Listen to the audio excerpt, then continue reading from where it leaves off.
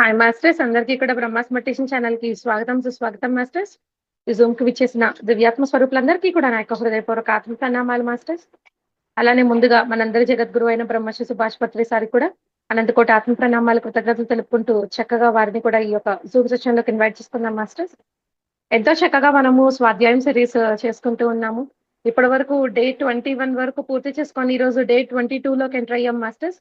చక్కగా సీతాయనం అనే book untold story of Sita గురించి చాలా చక్కగా తెలుసుకుంటూ ఉన్నాము. ఈరోజు డే 22లో మనం మేడం ద్వారా చక్కటి జ్ఞానాన్ని అందుకున్నాము. ఏం జరుగుతుంది నెక్స్ట్ అని చెప్పనేది తెలుసుకుందాం. ఈ రోజు కూడా చక్కటి ఈ యొక్క ప్రయాణంలో భాగంగా లలిత మేడం గారు ఖమ్మం నుంచి మనకు జూమ్ సెషన్‌కి విచ్చేసి ఉన్నారు మాస్టర్స్. మేడం, ముందుగా మీకు బ్రహ్మాస్ మెడిటేషన్ ఛానల్‌కి స్వాగతం, సుస్వాగతం madam. Thank you so much. Over to you madam. Okay అమ్మా, థ్యాంక్ యూ. మరి ముందుగా మనందరి గురువు గారైన బ్రహ్మశ్రీ సుభాష్ పత్రిజీకి నా ఆత్మపూర్వక జ్ఞాన సాష్టాంగ వందనాలు తెలియజేసుకుంటూ, అలాగే ఈ బ్రహ్మాస్ మెడిటేషన్ ఛానల్ వారికి యూట్యూబ్లో కానీ లైవ్లో కానీ ఎవరైతే వీక్షిస్తూ వింటున్నారో వాళ్ళందరికీ కూడా నా శతకోటి ధన్యవాదాలు తెలియజేసుకుంటున్నాను, కృతజ్ఞతలు. ఓకే, మరి ఆలస్యం చేయకుండా మనం సెషన్లోకి వెళ్ళిపోతాం. రోజులాగే కొత్త వాళ్ళ కోసం ఇంట్రొడక్షన్ ఇచ్చుకున్నాం. ఈ బుక్ గురించి సీతాయనం అనేది మనకు ఎలా వచ్చింది. ఇదేంటంటే డీనా మెరియం అనే ఆవిడ పార్ట్నర్ అనమాట. ఆవిడ కొన్ని ఆధ్యాత్మిక సంస్థలకి అధ్యక్షురాలుగా ఉన్నారు. చాలా బుక్స్ కూడా రాశారు. ఆవిడ మెడిటేటరు. అయితే ఆవిడ మెడిటేషన్ టూర్స్కి వెళ్తుంటాం కదా మనం, అట్లానే ఆవిడ కూడా వెళ్ళినప్పుడు ఒక రామాలయంలో ధ్యానం చేస్తున్నప్పుడు సీతాదేవి విగ్రహం నుంచి ఒక వెలుగులాగా రావడం, దాంతో ఆవిడ డీప్ మెడిటేషన్లోకి వెళ్ళి అక్కడ డీప్ స్టేట్లోకి వెళ్ళినప్పుడు అక్కడ తన గత జన్మని చూసుకోవటం జరుగుతుంది. ఎప్పటి గత జన్మ అంటే అది త్రేతాయుగం అనమాట, రామాయణ కాలం నాటి అక్కడ సీతాదేవి పరిచారకగా తనను తాను చూసుకుంటది. పేరు మీనాక్షిగా. ఆవిడ యొక్క తాతలు ముత్తాతలు అందరూ కూడా ఆ కొలులో ఆ పరిచారక వృత్తి చేశారంటే దాసి అంటారు కదా, మహారాణుల దగ్గర దాసీలు ఉంటారుగా, అలా అన్నమాట. తాత ముత్తాతల నుంచి అట్లానే జరుగుతూ ఉండేది. ఆమెకి సీతాదేవి పుట్టక ముందే తండ్రి తర్వాత ఆవిడ వారసురాలుగా అక్కడ చేరుతుంది అనమాట. ఆ తర్వాత సీతాదేవి పుట్టడము, ఆ తర్వాత ఆవిడ పెరగడము, బాల్యము, విద్యాభ్యాసం, ఇవన్నీ స్వయంవరము, పెళ్లి చేసుకోవడము, రాముడి పట్టాభిషేకంలో వనవాసంకి వెళ్ళడం, అక్కడ దాకా అయితే తనకు తెలుసు. ఆ తర్వాత ఏంటంటే వృద్ధురాలు అయిపోయి మరణిస్తుంది అనమాట.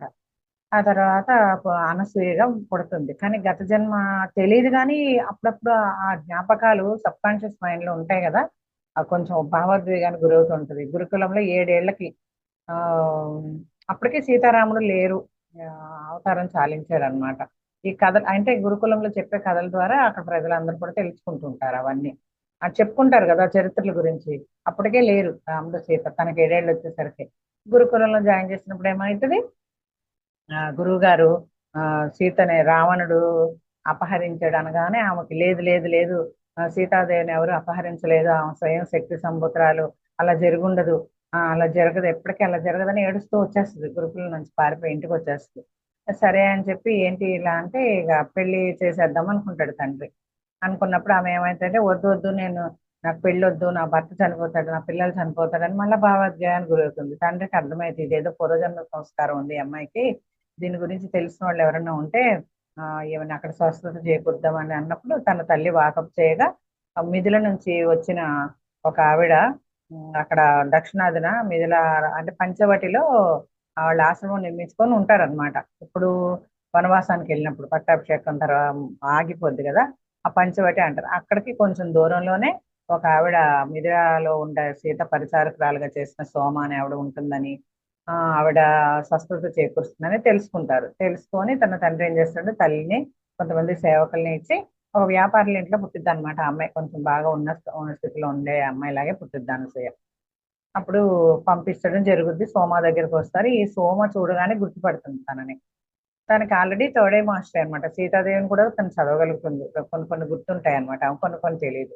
అయితే కాబట్టి ఈ అమ్మాయిని గుర్తుపడుతుంది. ఆమె వృద్ధురాలు అయిపోయింది అప్పటికే. అంటే సోమ అక్కడ పనిలో చేరినప్పుడు వచ్చినప్పుడు మీనాక్షికి కూతురు వయసు అనమాట ఆమెది. అయితే అందుకని ఇప్పుడు వృద్ధురాలు అయిపోయింది ఆమె. వృద్ధురాలు అయిపోయి సీతాదేవి లేరు కదా, వాళ్ళు వచ్చిన వాళ్ళందరికీ ఆమె కథలు చెప్తూ ఉంటది. సీతాదేవి ఎవరన్నా స్వస్థత చేకూరడానికి అక్కడ ఆకులు అవి వృక్షాల నుంచి సేకరించి వైద్యం చేస్తూ ఉంటది కదా, అదంతా ఈమె కూడా చేస్తూ ఉంటది. ఎందుకంటే సీతాదేవితోనే ఉంది, చివరి వరకు సీతాదేవితోనే ఉన్నది ఈ మొక్కతే. అందుకని ఆమె దగ్గరికి తీసుకొస్తారు. అప్పుడు ఆమె గుర్తుపట్టుద్ది. ఆమె ఇదంతా చెప్తుంది అనమాట. అప్పుడు వీళ్ళకి అర్థమైపోద్ది నా పెళ్లి గురించి రాలేదు నేను ఇక్కడికి, దేని గురించో వచ్చాను, సీతామాత గురించే వచ్చాను, ఏదో బంధం ఉంది సీతకి నాకని వాళ్ళ అమ్మ గుర్తుపడుతుంది, ఈ అమ్మాయికి అర్థమైపోతూ ఉంటుంది. అయితే ఇదంతా చెప్తుంటారు లవకుశలు ఇదంతా కూడా చెప్తుంది, లవకుశలు పుట్టడం వాళ్ళ కథలు చెప్తాం సీతాదేవి మొత్తం చెప్తుంది అనమాట. ఈ శాప అంతలో ఇద్దరు ఋషులు రావడం జరుగుద్ది. ఆ అనసూయ ఖ్యాతి అనే ఋషి ఉంటారు కదా మాతలు, ఇద్దరు వస్తారనమాట. ఎవరైతే వాళ్ళిద్దరూ హఠాత్తుగా ప్రత్యక్షం అవుతారు. వాళ్ళు ఎవరంటే వాళ్ళని గుర్తించలేదా సోమ, నువ్వు ఎవరనుకుంటున్నావు, వాళ్ళు వాళ్ళ ప్రతిజ్ఞ, నన్ను వస్తానన్నారు, వాళ్ళ శక్తినంతా నాకు ఇస్తానన్నారు అరణ్యాలలో, అప్పుడు నువ్వు గుర్తుపట్టలేదా, వాళ్ళు అరుంధతి ఋషి ఖ్యాతిలు అంటే, అవును గుర్తొచ్చింది నాకు అంటది అనమాట. మరి అయితే ఇక శాపాల గురించి వాటి గురించి వాళ్ళు దేవునికి శక్తిని ఇస్తానన్న గురించి అంతా మాట్లాడుకుంటారు. అప్పుడు అయితే ఇక మరి ఋషులు శాపాల గురించి ఇట్లా వస్తుంది ఆ టాపిక్ లో. అయితే ఇక నుంచి శాపాలు ఉండవా మాత అని అడుగుతుంది ఈ అమ్మాయి. అడిగినప్పుడు ఆ శాపాలు ఉండవు అంటే అది ఆ కాలం చెల్లిపోయింది, కానీ అది తొందరగా జరిగేది కాదు, కాబట్టి వాళ్ళు స్వస్థత చేకూర్చాలి అని ఇలాంటి టాపిక్ అంతా మాట్లాడుకుంటూ ఉంటారన్నమాట. అంతవరకు అయింది మనకి. ఇప్పుడు ఏంటంటే సీత కార్య పరిపూర్ణత అంటే తను ఏ కార్యం మీద వచ్చిందో ఆ కార్యం పరిపూర్ణతగా చేసుకుందనమాట ఆవిడ. దాని గురించి ఏంటో చూద్దాం ఈరోజు. అయితే ఇది సోమ ఇంకా అలా చెప్తుంది ఎవరికి, అనసూయకి వాళ్ళ అమ్మకి అన్నమాట. అంటే వీళ్ళకి తెలియకుండానే ఇట్లా కళ్ళు తెరిచేసరికి చుట్టూరు మునులు ఋషులు కూడా వింటూ ఉంటారు. ఆమె ఎప్పటి నుంచో ఇది చెప్తూనే ఉంది, వచ్చిన వాళ్ళకి ఇదే పని. భోజనం పెట్టుద్ది, ఎవరైనా అస్వస్థతగా ఉంటే స్వస్థత చేకూరుస్తుంది, ఆమంతా ఇదే పని అనమాట. ఇప్పుడు ఆమె వీళ్ళు వచ్చారు కదా చెప్తుంది అనమాట. అయితే వాళ్ళ తర్వాత మా జీవితం మారసాగింది, మహారాణి ఎక్కడ ఉంది ఏం చేస్తుంది అన్నమాట బయటకు పొక్కి ప్రజలు వివిధ అనారోగ్యాల సమస్యలతో మొదట్లో కొద్ది మంది తర్వాత బారులు కట్టి రాసాగారంట. చూడండి ఒకసారి జనక మహారాజ్ చెప్తారు, చిన్న పిల్లగా ఉన్నప్పుడు సీతాదేవి నా కోతి పిలిచింది, తన బిడ్డ చనిపోయింది పుట్టగానే అని, మళ్ళీ ఇంకోసారి ఏమో ఎద్దు ఇదైపోయింది, వాళ్ళకి ఆరోగ్యం బాగాలేదు అని పిలుస్తున్నారు, నది నన్ను పిలుస్తున్నారు, వెళ్ళిపోతూ ఉండేది కదా. అప్పుడు జనక మహారాజు ఏమంటారు, ఆ సీతాదేవి ఇట్లా మంచిగా ఇట్లా చేసింది అది ఇది అని అంటే, బానే ఉంది ఆమె ఇంకా చిన్నపిల్ల, ఇప్పుడు పెరగనియండి, చిన్నపిల్లగానే ఉంది, ఈ విషయం తెలిసిందంటే రాజ్యంలో అందరూ బారులు తిరుగుతారు అంటే అది మంచిదే కదా అని ఏదో చెప్పబోయేసరికి ఆమె అడ్డుపడి ఇట్లా ముందు ఆమెను పెరగనియండి, చంటిపిల్ల అందచందాలు జరగనియండి అది ఇది అని అంటది అన్నమాట. అది ఇప్పుడు ఏం జరిగింది, ఇప్పుడు అదే జరిగింది. అయితే సీతాదేవి మహారాణి ఎక్కడుంది అనేది వాళ్ళకి అర్థమైపోయింది. అంటే వాళ్ళు ఎవరికి చెప్పకుండా వచ్చేస్తారు కదా, మహారాణి కదా అంతఃపురంలో ఉంటది అనుకుంటారు కదా, బయటికి రారు కదా అంతఃపుర స్త్రీలు, అట్లనే ఉందనుకుంటున్నారు కానీ ఎవరికీ తెలియదు అనమాట. లక్ష్మణుడు దింపడం జరిగింది, రాముడు అప్పుడప్పుడు రావడం జరిగింది. ఇప్పటికి తెలిసిపోయింది, ఇప్పుడు గుర్తించారనమాట ప్రజలందరూ. గుర్తించి ప్రజలకు పొక్కి బయటికి అనారోగ్య సమస్యలతో మొదట్లో కొంతమంది, తర్వాత బారులు కట్టి వస్తూ ఉన్నారట. అయితే మాత ఎన్నడూ ఎవరిని తిప్పి పంపలేదంట. అయితే ఇది ఆమె శరీరంపై ప్రభావం చూపడం తెలిసింది. శ్రీరాముడు కూడా అది గుర్తించాడు. ఒకసారి వచ్చినప్పుడు ఇక మందిరానికి వెళ్ళే సమయం వచ్చిందని, అక్కడ మరింత మందిని చేరొచ్చని చెప్పాడట శ్రీరాముడు. అంతేకాక తన కుమారులకు కూడా నిజంగా వారెవరో తెలియజేసే సమయం వచ్చిందని, వారికి తెలియకుండా ఉంచిన విషయం చెప్తే వారి ఆశ్రమం మరి అరణ్య జీవితాన్ని పూర్తిగా ఆస్వాదిస్తారని చెప్తాడు. అయితే సోమాను మాత ఏం చేస్తారంటే ముఖముఖాలు చూసుకొని నవ్వుకుంటారు. ఎందుకంటే అది వాళ్ళు అప్పటికే తెలుసని మేము అనుకుంటున్నాం అని చెప్తారనమాట. గత కొన్ని సంవత్సరాలుగా వారి నోటి నుంచి అనేక సార్లు ఈ మాటలు జారాయి. మాట వారికి ఆ రహస్యం చెప్పాలని ఎన్నోసార్లు అనుకుంది, కానీ నిలిపి ఉంచింది. అయితే వారి నిజ గుర్తింపుని ఎప్పుడు వెల్లడించాలి అన్న నిర్ణయం రాముడి చేతుల్లో ఉంది అంటూ ఆవిడ ఆ విషయం చెప్పదనమాట. ఆయనే చెప్పాలి ఆ విషయాన్ని నా పిల్లలకి అని. అయితే నేను వారి చదువులు నుంచి ఇతరులకు పిలిచిన తర్వాత, అంటే యువతలకు అన్నమాట, వాళ్ళ విద్యాభ్యాసం నుంచి యువతలకు పిలిచిన తర్వాత రాముడు వారిని తన ముందు కూర్చోబెట్టుకొని ఆయన మాటల కోసం తడుముకున్నట్లుంటే సీతే మొదలు పెట్టింది అనమాట. చూడండి, తండ్రి ఎట్లా మొదలు పెట్టాలనేది కొంచెం ఇదేగానే ఉంటది, బయట ఎవరికైనా సరే తల్లే కొంచెం చొరవగా ఉంటుంది పిల్లల దగ్గర. అట్లానే తండ్రి కూర్చున్నాడు కానీ ఎలా మొదలు పెట్టాలో తడుముకుంటుంటే సీతే మొదలు పెట్టిందంట ఆ సీతమ్మ వారు. అయితే మీరు పెద్దవాళ్ళు అవుతున్నారు, త్వరలోనే జీవిత బాధ్యతలు స్వీకరించాల్సి వస్తుంది అంటే అది నిజమే అని వారు అన్నారన్నమాట. అనుకుంటే ఇప్పుడు నాకంటే మాత కంటే పొడవుగా ఉన్నారట సోమ కన్నా, సీతాదేవి కన్నా. పిల్లలు చూడు మనకంటే పొడుగైపోతారు కదా, అట్లానే పిల్లలిద్దరు అంత పొడుగైపోయారంట. రాత్రిపూట కథ చెప్పమని కూడా ఇప్పుడన్నా ఒకసారి అడుగుతున్నారంట.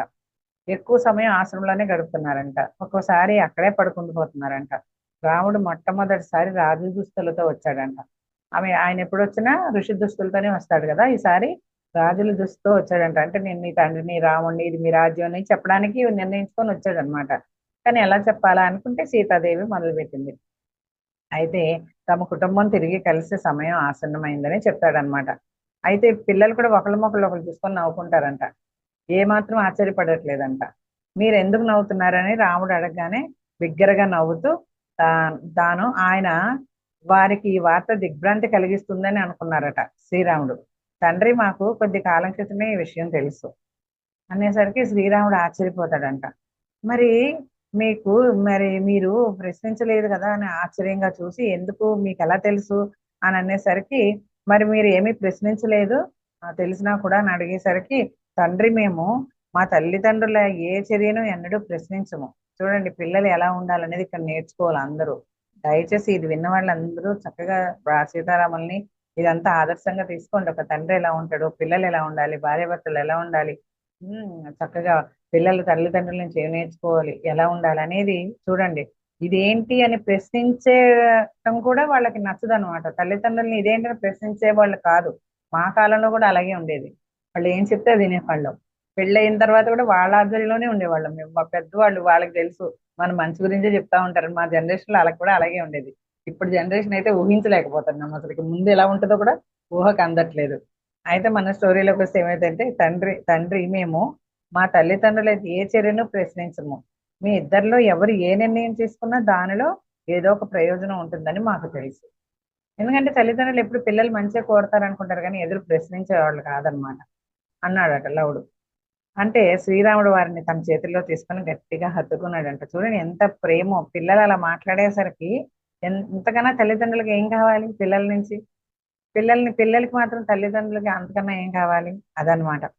అయితే ప్రేమగా హత్తుకునేసరికి మీ అమ్మ మీకు చక్కగానే బోధించింది. మీరు గనక మందిరంలో పెరిగి ఉంటే వేరుగా ఉండేవారు. మీకు అదే విధంగా వివేకం ఆ ప్రయోజనం అందేది కాదు. అది నాకు ఇప్పుడు అర్థమైంది. ఇక్కడ ఇంకోటి చెప్పుకుందాం మనం. ఏ తల్లికైనా తన పిల్లల్ని ఇలా పెంచుకోవాలని కొన్ని ఆశలు కోరికలు ఉంటాయి. ఏ తల్లికైనా సరే దానిని మన్నించాలి భర్త అని ఇది కూడా అందరికీ చెప్తున్న విషయమే. ఇదంతే ఉదాహరణలు అనమాట. లేకపోతే ప్రతిసారి ఊరికే అందించలేదు మేడం మన ఈ బుక్ని. ఎందుకంటే ఇదంతా ఉదాహరణగా ఆ స్త్రీని ఎలా గౌరవించాలి భర్త, పిల్లల విషయంలో తను కల్పించుకోకుండా ఎలా ఉండాలి. ఎందుకంటే అన్ని భర్తకి పిల్లల గురించి తల్లే చెప్తుంది. అక్కడ ఏంటంటే డైరెక్ట్ గా పిల్లలు ఇదవ్వరు తండ్రికి. అప్పుడు తన ఆశల్ని కోరికల్ని తన పిల్లలకి ఇలా పెంచుకోవాలనే ఒక ఇదిని కూడా భర్తే మన్నించాలన్నమాట. చూడండి శ్రీరాముడు ఇక్కడ ఎంత చక్కగా చేశాడు. అక్కడ పెరుగుంటే గనక నా ఆధ్వర్యంలో మీరు ఇలా ఉండేవాళ్ళు కాదు. సీతాదేవి మేము చక్కగా పెంచింది మీ అమ్మ మీకు, లేకపోతే అలాంటి ప్రయోజనం ఉండేది కాదు. అది నాకు ఇప్పుడు అర్థమైంది. ఆ సీతాదేవి అప్పుడు అక్కడ నా కడుపుతో ఉండగానే నా పిల్లలు ఎలా పెరగాలని నిర్ణయించుకునేది ఇప్పుడు అర్థమైంది నాకని రావుడు అనుకుంటున్నాడు. పత్రిసారి చెప్తారు కదా, మగవాళ్ళు ఎక్కువ ప్రాపంచికతో ఉంటారు, ఆడవాళ్ళు ఆల్రెడీ మణిచక్రం నుంచి ఉంటారు, వాళ్ళకి అన్ని తెలుస్తుంది, ఆ జ్ఞానము శక్తి ఉంటది అని చెప్తారు కదా. అదే ఇక్కడ జరిగింది. రాముడు కూడా ఇప్పుడు అర్థమైంది అంటున్నాడు. ఎందుకంటే విశుద్ధ చక్రంలో జన్మ తీసుకున్నాడు కావాలని ఆయన. ఎందుకంటే మానవాళికి తను అన్ని అందించాలి, ఆ ధర్మం అంటే ఏంటో చెప్పాలని ఆయన తన ఫ్రీక్వెన్సీని తగ్గించుకొని పుట్టి ఒక తండ్రి ఎలా ఉంటాడనేది అన్ని చెప్తున్నారు మనకి. దీని ద్వారా మళ్ళీ మళ్ళీ రిపీటెడ్ గా మనం వినాల్సిందే అని చెప్పారు బద్రి సార్. వినాల్సిందే, మళ్ళీ మళ్ళీ వినాల్సిందే, ఆచరించాల్సిందే. లేకపోతే అసలు వేస్ట్ అన్నమాట. ధర్మాన్ని కాపాడితే ఆ ధర్మం మనల్ని కాపాడుద్ది అంటారు. అది దీని నుంచి చక్కగా నేర్చుకోవాలి ఇప్పుడు పిల్లలందరూ కూడా. మరి ఎవరు వింటున్నారో ఎవరు చూస్తున్నారో తెలియదు కానీ ఆయన పిల్లలను తిరిగి ఆశ్రమానికి పంపి మాత వైపు తిరిగారు. భృగు మహర్షి ఋషి ఖ్యాతి త్వరలోనే తమ అంతిమ విముక్తి పొందుతారు, శాప విముక్తులు అవుతారు. మన కుటుంబం త్వరలోనే తిరిగి కలుస్తుంది, నువ్వు అయోధ్యకు రావడానికి సిద్ధంగా ఉండు అని ఆయన ఎంతో ఆనందంతో చెప్పాడంట. చూడండి, మళ్ళీ ఇంక మనం కలిసిపోతాం, హ్యాపీగా ఉంటాం అనుకున్నాడు ఆయన. అయితే ఆమె మౌనంగా తలూపింది, ఏం మాట్లాడలేదంట. కానీ ఆ ముఖంలో ఏదో ఆలోచిస్తున్నట్లు ఉందంట. ఆయన అయోధ్యకు బయలుదేరిన తర్వాత మాత పిలుపు తలుపు దగ్గర నుంచొని ఆయన చూస్తూ ఉండడం గమనించాను. సోమ గమనిస్తుంది అన్ని కూడా. మాత, అయోధ్యకు తిరిగి వెళ్ళడంలో మీకు ఆనందం లేదా అని అడుగుతుందంట. సోమ, నేను కూడా అదే కోరుకుంటున్నాను, కానీ అది అలా జరగదు విచారగ్రస్త స్వరంతో బదులిచ్చింది. ప్రతి చర్యకు దాని పరిణామాలు ఉంటాయి. ఎందుకు మాత, మీరనే దానికి అర్థం ఏమిటి అని సోమ అడిగినప్పుడు ఆమె బదులు పలకలేదు. కానీ సోమ వైపు చూస్తూ పేలవంగా నవ్వుతూ ఆమె కుటీరంలోకి వెళ్ళిపోయిందంట. ఆమె జవాబు చెప్పదలుచుకున్నప్పుడు అలా చేస్తుందంట. ఒక నవ్వు అలాగా పేలవంగా అంటే ఒక విరక్తిగా, ఒక నీరసంగా అట్లా ఏంటో అన్నట్టుగా అట్లా నవ్వేసి బదులు చెప్పకుండా వెళ్ళిపోద్దంట. అంటే బదులు చెప్పకూడదు అనుకున్నప్పుడు అలా చేస్తూ ఉంటదట అరుదుగా ఎప్పుడన్నా సీత. అవసరమైనవి చెప్తారనమాట, అన్ని రహస్యాలు చెప్పారు కదా అందరికి. నవ్వేసేసి అట్లా పేలవంగా వెళ్ళిపోయిందంట. అలా చెప్పదలుచుకున్నప్పుడు ఆ విధంగా చేస్తుందంట. అయితే ఆ తర్వాత చాలా వారాలకు చీకటి పడిన తర్వాత మాత ఆకాశం వంక తదేకంగా చూస్తూ బయటే కూర్చుందంట. నేను ఆమెకు రాత్రి పానీయం ఇచ్చి లోనికి వెళ్ళాను. ఆమె నిద్రించడానికి వెళ్ళిందో లేదో తెలుసుకోకుండా అయితే ఒక రాత్రి నేను ఆమెకు పానీయం తెచ్చినప్పుడు ఆమె పక్కనే మౌనంగా కూర్చొని ఆమె వలనే ఆకాశాన్ని పరిశీలించసాగాను నేను కూడా. హఠాత్తుగా ఆమె, సోమ, ఆ ఉత్సవం చూడు, సుదూర స్వర్గాల్లో రెండు గొప్ప కాంతులు విరజిమ్ముతున్నాయి. ఒక నూతన తార అప్పుడే జాగృతీకరించబడినట్లు జ్వాలగా ప్రజ్వలించింది, చూడు చూడు అని ఇంకో మర్నాడు సాయంత్రం అక్కడే కూర్చుందంట. అంతకు ముందు రోజు మాత్రం ఇచ్చేసి వెళ్ళిపోతే సీతాదేవి ఎప్పుడు వెళ్తుందో ఏంటి ఏం పట్టించుకోకుండా వెళ్ళిపోయిందంట. తర్వాత ఏంటి అట్లా చూస్తుందని చెప్పి ఆశ్చర్యం కనిపించి తను కూడా కూర్చున్నప్పుడు చూడు చూడు అని చెప్పి ఎంత చక్కగా ఉన్నాయో నక్షత్రాలే, ఒకటైతే ఎంత ప్రజ్వలిస్తుందో చూడు అని చెప్తుంటే, అది ఏం చూస్తుంది మాత, ఏం సూచిస్తుంది అది అని అడుగుతుంది. అయితే అప్పుడు భృగు మహర్షి ఖ్యాతి పరబ్రహ్మంలో లీనమయ్యారు. ఈ భృగు మహర్షి ఖ్యాతి ఎవరైతే ఉన్నారో వాళ్ళు పరబ్రహ్మంలో లీనమైపోయారంట. ఏ చూడండి, అప్పుడు శాపం ఇస్తాడు కదా భృగు మహర్షి. తన బిడ్డ భార్గవిలాగా పుడుతుంది నారాయణునికి అల్లుడు అనే, అంటే జరిగింది తెలుసుకోకుండా శపించేస్తాడు కదా. వాళ్ళకి పరబ్రహ్మంలో లీనమైపోయారంట వాళ్ళిద్దరు. అదో వాళ్ళు అంటే ధృవతారలా వెలగాలన్నమాట. మన ధ్రువుడు చూడు ఎలా వెలిగారో అలా మనం కూడా ఆ విధంగా ఆ ఫ్రీక్వెన్సీని పెంచుకుంటే మనం కూడా, మనందరం నక్షత్ర మిత్రులు, మన నక్షత్ర లోకాల నుంచి వచ్చాం అని చెప్తారు భద్రసారు. అది ఇక్కడ ఇదే చెప్తున్నారనమాట. అయితే లీనమయ్యారు. ఇప్పుడు వారు అన్ని భ్రమలు ఇబ్బందుల నుంచి విముక్తి పొందారు. నీకు వినబడ్డం లేదా? స్వర్గలోకాల్లోకి చొచ్చుకుపోతున్న ఉల్లాసాన్ని నువ్వు అనుభూతి చెందట్లేదా అని అడుగుతుంది. నేను నవ్వాను. నేను ఏది వినలేదు, అనుభూతి చెందలేదు. ఆమె ఒక్కోసారి నేను కూడా ఆమెలాగా విని చూడగలను అన్నట్లుగా మాట్లాడుతుంది. ఈవిడికి ఆశ్చర్యం వేసింది అనమాట. అయితే నేను ఈ సంకేతం కోసమే ఎదురు చూస్తున్నాను. అది మా సమాగమం అంతమవబోతుంది అనడానికి సూచన. చూడండి, నేను దీని గురించి రోజు ఏంటబ్బా ఇలా ఎదురు చూస్తుంది సీతాదేవి అనుకుంటుంది కదా. ఇప్పుడు చెప్పింది, ఆ రోజేమో అడిగితే నవ్వుతూ వెళ్ళిపోయింది పేలవంగా. ఇప్పుడు చెప్పింది అసలు రహస్యం. ఏం చెప్తుంది? వాళ్ళు ఈ సంకేతం కోసమే చూస్తున్నాను. ఇది దేనికి సంకేతం అంటే మా సమాగమము అంతం అవ్వబోతుంది దానికి సూచన అని చెప్తుందంట. అంటే మనం అయోధ్యకు వెళ్ళడానికి సిద్ధమవుదామా అంటే ఆమెకు అర్థం కాలేదు ఏం చెప్పింది. సిద్ధమైపోదామా మనం అయోధ్యకి వెళ్ళడం అంటే? ఇప్పుడు కాదు, ఇప్పటికిప్పుడే కాదు, నాలో ఇంకా ఒక కోరిక మిగిలి ఉంది, అది సంపూర్ణం అవ్వాలి అని చెప్తుంది అనమాట. ప్రస్తుతానికి నేను ఇక్కడ షేర్ చేసుకున్నాను, నాకు కూడా అదే కోరిక ఉంది. ఎందుకంటే మాట్లాడుతున్నాను కానీ చూడట్లేదు అనమాట. అయితే ఏంటి ఆ కోరిక మాత? ఆమె కోరుకునే అవకాశం ఉన్నది ఏది నాకు తోచలేదంట. ఆమె కోరుకునే అవకాశం ఏముంది? ఆమెకు అన్ని ఉన్నాయి కదా, ఇంకా కోరికలు ఏముంటాయి అని ఇవిడికి ఎప్పుడు ఆలోచన రాలేదట సోమకి. ఆమె ఎప్పుడు అలా మాట్లాడలేదు. అంటే ఆమె కొంతసేపు మౌనంగా ఉంది. మహాదేవుని మానవ రూపం చూడాలన్నది నా చిరకాల వాంఛ. అయితే కొంతసేపు మౌనంగా ఉండి, నా చిరకాల వాంఛ అదే, నా బాల్యం నుంచి నేను అది కోరుకునేదాన్ని. చూడండి, లలితాదేవి అంటే మరి పార్వతీదేవి అని ఏదో అని చెప్తారు. నిజంగా ఆ పేరు పెట్టినందుకు మా అమ్మలు నాకు కూడా అదే కోరిక కలిగింది. చిన్నప్పటి నుంచి అదే కోరిక అంట, నాకు కూడా అదే కోరిక. సినిమాల్లో చూసినప్పుడు లీనమైపోతుంది కదా అలాగా జ్యోతి, నేను అలా వెళ్ళిపోవాలి, నేను శివుడి దగ్గరికి వెళ్ళిపోయి శివుడు నా దగ్గర ఉండాలి. ఎప్పుడు నాతోనే ఉన్నారు శివపార్వతులు ఇద్దరు చిన్నప్పటి నుంచి, ఇప్పుడు కూడా ఎప్పుడూ ఉంటారు వాళ్ళు నాకు. అదే అన్నమాట చిరకాల వాంఛ. చిన్నప్పటి నుంచి అదే కోరిక అంట. అయితే నేను కలలో పార్వతీదేవితో మాట్లాడినప్పుడు మళ్ళీ అది అది పైకి వచ్చింది. అప్పుడు లంకలో ఉన్నప్పుడు పార్వతీదేవి వచ్చినప్పుడు మాట్లాడుతుంది కదా, ఆవిడ రక్షిస్తూ ఉంది కదా ఇవన్నీ. అప్పుడు మళ్ళీ పార్వతీదేవిని కలిసినప్పుడు ఆ కోరిక మళ్ళీ బయటకు వచ్చింది, అంటే గుర్తొచ్చింది అనమాట ఆమెకి. అయితే ఆ గొప్ప యుద్ధ కాలంలో ఆమెను అనేక సార్లు పిలిచి ఆమె సాన్నిధ్యాన్ని అనుభూతి చెందాను, కానీ పార్వతీదేవిని చూసినట్లుగా ఆయన్ని చూడలేదు. ఇన్ని సంవత్సరాలుగా ఆ కోరిక నాలో ఉండిపోయింది. కానీ ఆయనను చూడాలన్న తపన నాలో ఎంతగా పెరిగిందంటే, ఆయన నా ముందు ప్రత్యక్షం అయ్యే వరకు నేను ఒక్క అడుగు కూడా ముందుకు వెయ్యలేను. పార్వతీదేవికి అది తెలుసు. ఆమె నా చివరి కోరికను తీర్చడంలో తప్పకుండా తోడ్పడుతుంది అని చెప్తుంది. అయితే కొంతసేపు మౌనంగా కూర్చున్నారట. ఆమె మాటలు నాలో అంత కలవరాన్ని ఎందుకు కలిగించాయో నాకు అర్థం కాలేదు. సోమకంట ఆ మాటలు చెప్తుంటే ఎందుకో కలవరం కలిగిందంట. బహుశా ఈ చివరి కోరిక తీరటం అనేది ఆమె త్వరలో భౌతిక లోకాన్ని వదలటానికి సంకేతమేమో అని, అది నేను అంగీకరించలేనని సోమ అనుకుంటుంది, కంగారు పడిందంట. చాలా నెలల పాటు శ్రీరాముడు కూడా రాలేదట. నేను త్వరలో అయోధ్య వెళ్ళటం అన్న విషయం పక్కన పెట్టేశాను. త్వరలోనే వెళ్ళిపోవచ్చు అని అనుకుంది కదా, ఆ విషయాన్ని పక్కన పెట్టిందంట. ఆయన మళ్ళీ వచ్చినప్పుడు రాజ్య వ్యవహారాలలో మునిగి ఉండి మాట తిరిగి వచ్చే ప్రస్తావనే చేయలేదంట. ఒకానొక రోజు పిల్లలకు శుభరాత్రి చెప్పబోయే ముందు వారిని బయటకు రమ్మని పిలిచిందంట. చంద్రుడు లేడు కానీ ఆకాశంలో లెక్కలేనన్ని నక్షత్రాలతో నిండి ఉందంట ఆకాశం. లవ కుశ ఆ నక్షత్రాలు వంక చూడండి, ఎన్ని లోకాలు ఉన్నాయో అక్కడ. చూడండి వాటిని, ఆ వాటిని దాటి ఎన్నో విశ్వాలు, లోకాలు, మనం చూడలేని భౌతిక లోకాలు, స్వర్గలోకాలు ఉన్నాయంట. ఏటి వెనక, నక్షత్రాల వెనక, ఆ పాలపుంత వెనక అన్నమాట ఉన్నాయంట. అయితే ఆ చూడలేని భౌతిక లోకాలు, స్వర్గలోకాలు ఎన్నో ఉన్నాయి. నేను ఇక్కడ లేనప్పుడు ఆ లోకాలకు తోడ్పడుతూ వాటి సామర్థ్యం వెలికి తీయడానికి దోహదం పడుతుంటానా అని, అంటే నోరు జారిందనమాట అనేసి చెప్తుంది. ఆవిడ ముఖంలో ఏదో అర్థమైన భావం కనిపిస్తుంది. నువ్వెక్కడ లేకపోవడమా అని అతని స్వరం తేలిపోయిందనమాట. అట్లా ఒకసారి ఆయనకు తెలియకుండానే మాట వచ్చింది, ఏంటి నువ్వెక్కడ లేకపోవడమా అమ్మా అని.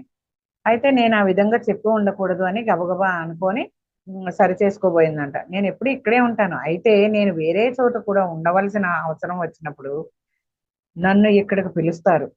ఆవిడ ఒక క్షణం ఆగి, ఆ నక్షత్ర చైతన్యాలను మిత్రులుగా చూడండి, అవి జీవరాశికి అంతటికీ ప్రయోజనం చేకూర్చే ప్రేమను వెలువరిస్తాయి అని ఆమె పులకించిందంట ఆ మాట చెప్తూ. నేను అప్పుడు ఆమె కుమార్తెగా పుట్టినప్పుడు మానవ జాతి సంస్థితతో లేదు. అంటే నేను అప్పుడు తన కుమార్తెగా, అంటే భూదేవి కుమార్తెగా అనమాట పుట్టినప్పుడు ఆ మానవ జాతి అంట సంసిద్ధతతో లేదట. కనుక కొంత జ్ఞానం మాత్రమే వెల్లడి చేయబడిందంట. మనం నేర్చుకోవాల్సింది ఎంతో ఉంది అని. భవిష్యత్తులో మీరు రాజులుగా ఉన్నప్పుడు నక్షత్రాల వైపు చూసి నేను మీ వైపు ఆ చూసి నవ్వుతున్నానని, ఎక్కడ ఉన్నా మీపై ప్రేమ ప్రసరిస్తున్నానని అనుకోండి. చూడండి, అప్పగింతలు పెడుతుంది సీతాదేవి అప్పుడే పిల్లలకి. మేము రాజ్యపాలన చేస్తున్నప్పుడు నువ్వు మా పక్కనే ఉంటావమ్మా అన్నాడంట కుసుడు గబగబా. ఇందాకేమో లవుడు నువ్వు లేకుండా వెళ్ళిపోవడం ఏంటి అని అన్నాడు. ఇప్పుడు కుసుడు అంటున్నాడు, నువ్వు మా పక్కనే ఉంటావు కదమ్మా మేము రాజులుగా ఉన్నప్పుడు, నువ్వెక్కడికి వెళ్తావు అని అంటున్నాడు. అయితే మాత మళ్ళీ పేలవమైన స్వరంతో బదిలిస్తుందంట. మానవ నేత్రాలకు కనిపించని అనేక విశ్వాలు ఉంటాయి, నేను అక్కడ కూడా ఉంటాను. ఆమె పేలమైన స్వరంతో అందంట. పేలవమైన స్వరంతో అంటే కుసుడు ఏమన్నాడు, ఆవలింత చూస్తే సర్లే వాళ్ళిద్దరికి ఎవరికి ఆమె చెప్పింది అర్థం కాలేదులే అనుకున్నారట ఈ సోమను సీతాదేవి. కుసుడు ఆమె ఒడిలోనే తల పెట్టుకునేసరికి ఆమె చాలా ఆలస్యమైన గ్రహించి లోపలికి తీసుకొని వెళ్ళిపోయిందంట పిల్లల్ని నిద్రపుచ్చడానికి. అయితే చాలా కాలం గడవక ముందే భవిష్యత్తు స్పష్టమైపోయిందంట. ఒకానొక రోజు ఉదయమే మాత ఈ రోజు మనకు ప్రత్యేక అతిథులు రాబోతున్నారు అని చెప్తుందంట. మనం అద్భుతమైన విందు సిద్ధం చేయాలి అందంట. నేను ఆ సూచనల కోసం ఎదురు చూస్తూ నిలబడ్డాను, సీతాదేవి ఏం చెప్తుందా, ఏం చేయాలా అని చెప్తుందా అనేసి. అయితే సోమ అట్లా అనుకుందంట, మేము ఇంతకు ముందు అనేక సార్లు అలాగే రుచికరమైన భోజనం సిద్ధం చేయగలం, మరి విందు మాట ఏమిటి అని. అంటే భోజనం అయితే సిద్ధం చేస్తాం, మరి విందు భోజనం అంటుంది కదా, మరి విందు మాట ఏంటి అనేసి మాత అనగానే అడవికి పంపించిందంట. దుంపలు ఇంకా తినగలిగినవన్నీ తెమ్మని. ఆమెమో మూలికలన్నీ ప్రోగు చేసిందంట. ఉదయం అంతా చక్కటి ఆహార పదార్థాలు సేకరించాము. ఆమె కొంచెం ఆతృతతో ఉన్నట్లుంది, కంగారుగా ఉన్నట్లుందట సీతాదేవి. కానీ అంతకంటే ఊహించలేకపోయాను నేను. కంగారుగా ఉందనుకున్నాను కానీ అంతకంటే ఇంకేం జరిగిద్ది అనేది తను ఊహించలేదట సోమ. శ్రీరాముడు మందిరం నుంచి ఎవరినో తీసుకుని వస్తున్నారు అనుకున్నాను. అంటే ఇంత కంగారు పడుతుంది, శ్రీరాముడు ఎవరినో అతిథిని తీసుకొని వస్తున్నారేమో రాజమండ్రి నుంచి అనుకుందట సోమ. బహుశా వాళ్ళు మమ్మల్ని అయోధ్యకు తీసుకెళ్ళడానికి వస్తున్నారేమో. ఎంతసేపు ఈ సోమకి ఇదే ఆలోచన, మేము వెళ్ళిపోతామేమో అందుకే వస్తున్నాడేమో శ్రీరాముడు, అందుకే ఏమో కంగారు పడుతుందేమో అని. సాయంత్రం అయిపోయింది. అయితే మాత తను శ్రీరాముడు కూర్చొని ఆహారం తీసుకునే చోట ఆరు బయట తోట మధ్యలో ఒక చోటు సిద్ధం చేసింది. అంటే ఎప్పుడు శ్రీరాముడు వచ్చినప్పుడు ఎక్కడైతే కూర్చుంటారో అక్కడ ఒక చోటుని సిద్ధం చేసిందంట.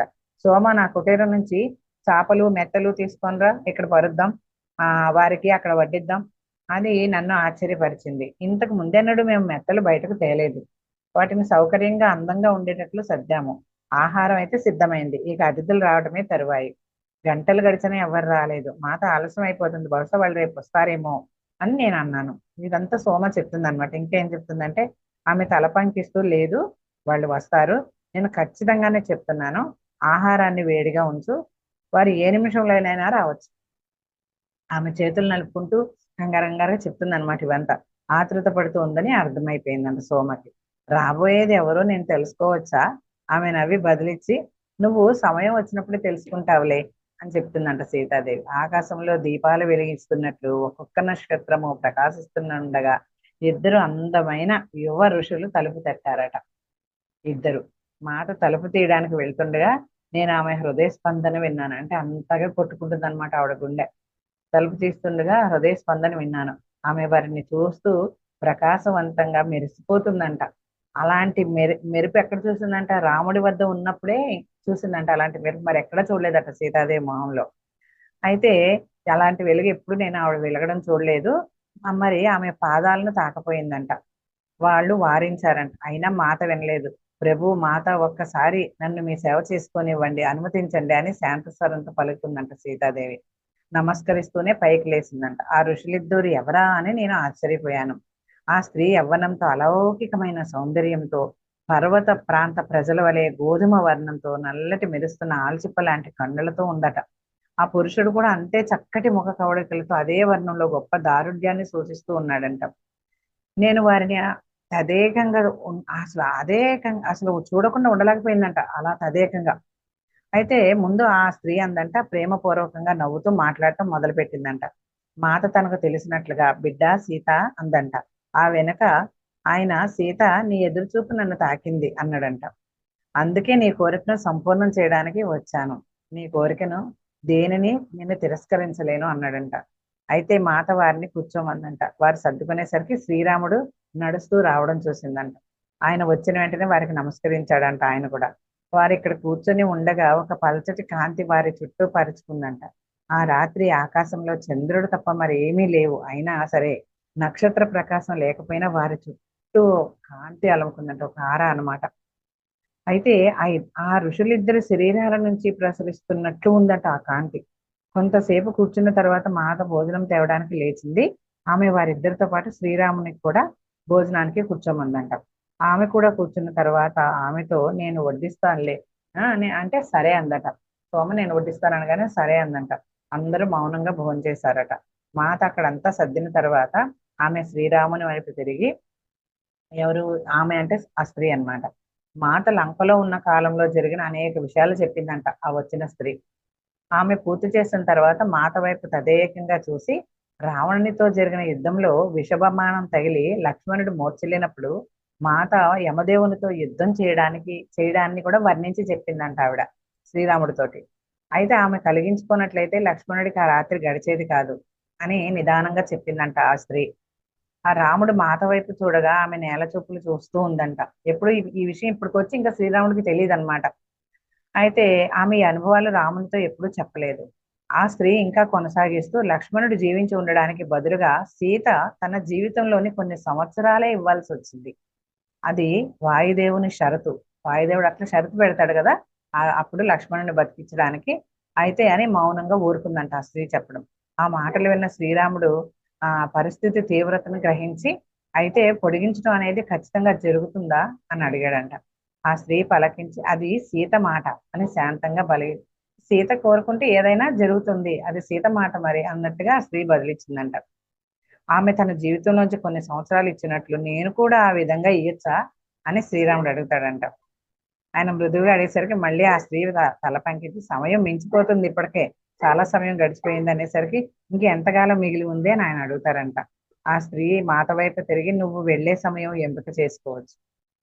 అయితే ఒక సంవత్సరం లోపే సీతాన అసలు ఏం అర్థం కావట్లే అనమాట ఆ సోమకి ఇదంతా. నువ్వు వెళ్ళే సమయము నువ్వే ఎంపిక చేసుకో, లేకపోతే ఒక సంవత్సరం లోపే అది చేసుకో అని చెప్తుందంట ఆ స్త్రీ. అంత త్వరగానా అని అడిగాడట రాముడు. ఆమె తల ఊపిందంట అవునన్నట్లుగా ఆ స్త్రీ. మాత ఈ సమాచారాన్ని అంతా గ్రహిస్తూ ఉందంట. మొదట్లో కొంత కలవరపడినట్లు కనిపించినా వెంటనే తన స్థిరత్వాన్ని తిరిగి తెచ్చుకుందంట.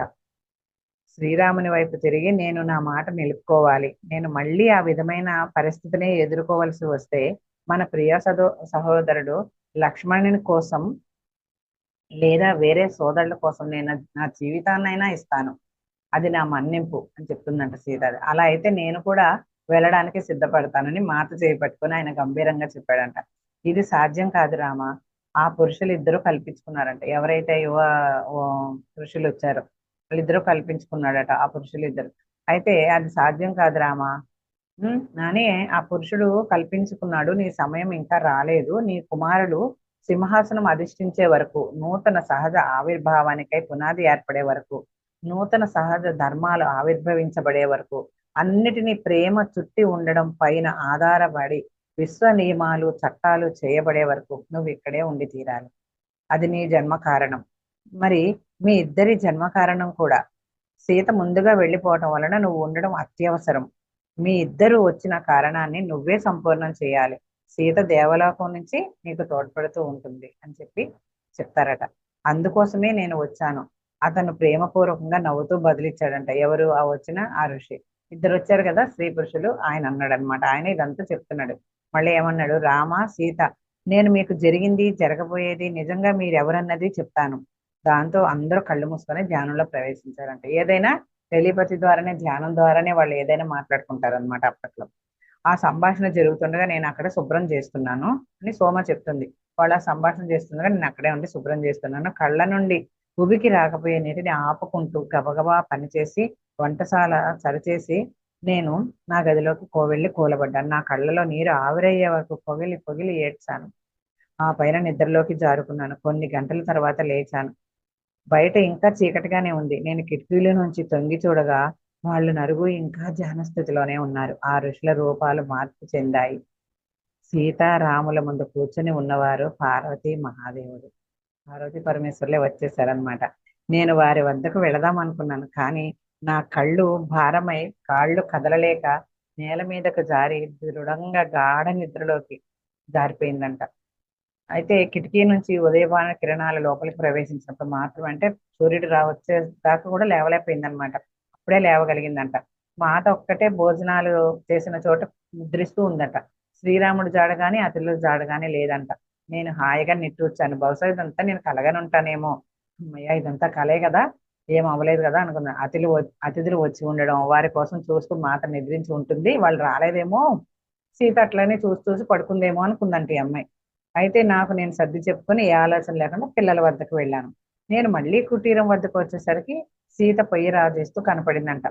మాత, రాత్రి అతిథులు రాలేదు కదా, వచ్చారా అనేసి ఆ విశాలంగా నవ్వుతుందంట అడగగానే. నీకు జ్ఞాపకం లేదా? నువ్వేగా మాకు వడ్డించావు. నాకు అదంతా కల అనుకొని ఆశపడుతున్నాను. నా స్వరం వణికింది. సోమ, నువ్వు ఎవరి సన్నిధిలో ఉన్నావో నీకు తెలియదా? నా వయసు నా మనసు ఇంకా సందిగ్ధంలోనే ఉండడం వల్ల నేనేమి బదులివ్వలేకపోయానని సోమ చెప్తుందనమాట. వెళ్ళు, వెళ్ళి మళ్ళీ ఆ చేపలు మెత్తలు అనే కుటీరంలోకి తీసుకురా, అప్పుడు నీకు తెలుస్తుంది అనగానే, నేను ఆ చేపలు చుట్టేటప్పుడు ఆ స్త్రీ పురుషులు ఇద్దరు కూర్చున్న చోట ఆభరణాలు వెదజల్లబడి ఉండడం చూశాను. ఒక బుట్ట తెచ్చి ఏరసాగాను. తలుపు దగ్గర నిలబడి మాత నవ్వడం చూశాను. ఆమెను చూడగానే నేను చూసింది వాస్తవమే అని గ్రహించాను. ఆ వచ్చింది మహాదేవుడు, పార్వతీదేవి. అప్పుడు నాకు నేను రాత్రి లేచి వారి రూపాలు చూశాను అని జ్ఞాపకం వచ్చింది. నాకు ఈ గుర్తు రాగానే మాత తల ఆడిస్తూ ఆ రత్నాలను గురుదేవునికి ఇచ్చి, అది శ్రీరాముని కుటుంబాన్ని ఇన్ని సంవత్సరాలు జాగ్రత్తగా చూసుకున్నందుకు బహుమతి అని చెప్పి. గురుదేవులు అంటే ఎవరు? అక్కడ ఎవరున్నారు గురువు గారు అక్కడ గురుకులంలో? ఆయనకి ఇయ్యమందనమాట. ఇచ్చి, ఇది సీతాదేవిని శ్రీరాముణ్ణి చక్కగా చూసుకున్నందుకు మీకు ఇచ్చే బహుమతి వాళ్ళు అని చెప్పి వాళ్ళకి అందజేయి గురువు గారికి అని చెప్తుంది అనమాట. మాత తాను ఈ ప్రపంచం నుంచి ముందుగా వెళ్ళిపోయే వార్తతో ఏమీ కలవరపడలేదు. నేను ఆ ప్రస్తావన తేవబోగా ఆమె నోటిపై వేలుంచి, సోమ, రేపటి గురించి ఆలోచించకు. మనం ఈ వేళ గురించే పట్టించుకోవాలి. ఈ ప్రపంచం ఎన్నటికీ సత్యమే. ఇప్పటి నుంచి ఎవరికి ఒక రోజు, ఒక నెల, ఒక సంవత్సరం ఎక్కడ ఉంటారో తెలియదు. ఏం జరుగుతుందో జరగని, అంతా మన ప్రణాళిక ప్రకారమే జరుగుతుంది. దాన్ని మనం ప్రశ్నించటం కానీ, అనివార్యమైన దానికి విచారించటం కానీ చెయ్యకూడదు అని మాత ఇదంతా చెప్తూ ఉందన్నమాట సోమాకి. కానీ నేను దానిని మనసులో నుంచి తీసేయలేకపోయాను. ప్రతిరోజు నేను నిద్ర లేవగానే గబగబా వెళ్ళి ఆమె బ్రతికుందో లేదో చూసుకునేదంట. అది చూసి ఒక రోజు ఆమె నవ్వి, సోమ, నేను నీకు మాట ఇస్తున్నాను, ఆ రోజు వస్తే మొదటగా తెలిసేది నీకే అందంట. సాయంత్రాలు ఆమె ఏదో పరిశీలిస్తున్నట్టుగా నక్షత్రాల్ని అలాగ తదేకంగా చూస్తూ గడిపేదట సీతాదేవి. ఒకానొక సాయంత్రం ఆమె నాతో ఇలా చెప్పింది. ఒకసారి నేను భృగు మహర్షి కుమార్తెగా పుట్టి భూమి మీదకు నక్షత్రాల గురించిన జ్ఞానం, వాటి అంచనాలను అర్థం చేసుకోవటం, మానవ జీవితంపై వాటి ప్రభావాలను భూమిపైకి తీసుకురావడంలో సహాయపడ్డాను. ఆ సమయంలోనే నారాయణుడు శపించబడ్డాడు. అలా జరగకపోతే తన భార్య ఉసన మరణం వల్ల కలిగిన వేదన తీవ్రతతో భృగు మహర్షి మరణించి ఉండేవాడు. కానీ నారాయణుడు అతని పనిని పూర్తి కాలేదు. అతను చాలా కాలం ఈ చక్రం పూర్తి అయ్యేంత వరకు నిలిచి ఉండాలి అన్నారు. అందువల్ల ఆయన ఇంకా మనతో ఉన్నాడు. మానవ సమాజానికి జ్ఞానం తీసుకువస్తున్నాడు ఆయన భృగు మహర్షి అని ఆయన చెప్పినప్పుడు ఈ సోమ అంటుంది అనమాట, మాత మీరు ఏం గమనిస్తున్నారు అని ధైర్యం చేసి అడిగిందంట.